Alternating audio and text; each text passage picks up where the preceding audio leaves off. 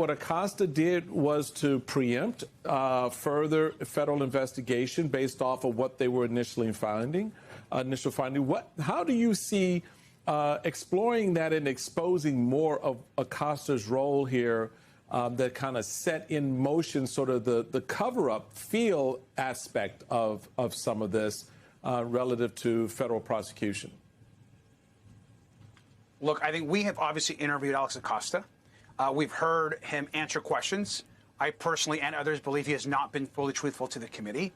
He is, in large part, responsible for the continuation of enormous terror and abuse of women and girls. The fact that we did not go after Epstein and bring justice to those survivors and other co-conspirators, in large part, is because of Acosta and the sweetheart deal he put together, and to not go beyond essentially what was a slap on the wrist to Jeffrey Epstein, Ghislaine Maxwell. And so you're going to be hearing a lot about Alex Acosta tomorrow. And in addition, let's be clear, we are in Palm Beach.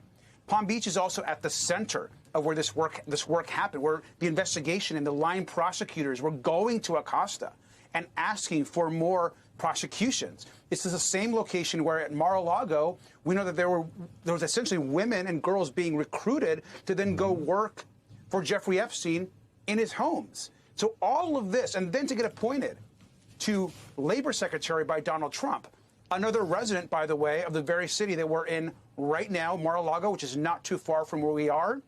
I think tomorrow is going to be an important reminder to the American people that this investigation is just getting started and that Palm Beach is at the center of the work ahead. It is just... The criminal saga of this American multimillionaire Ghislaine Maxwell is now the only living witness. Ghislaine Maxwell was pivotal, systemic, central to the Epstein operation. To not understand this was to completely miss what was ultimately the heart of the investigation.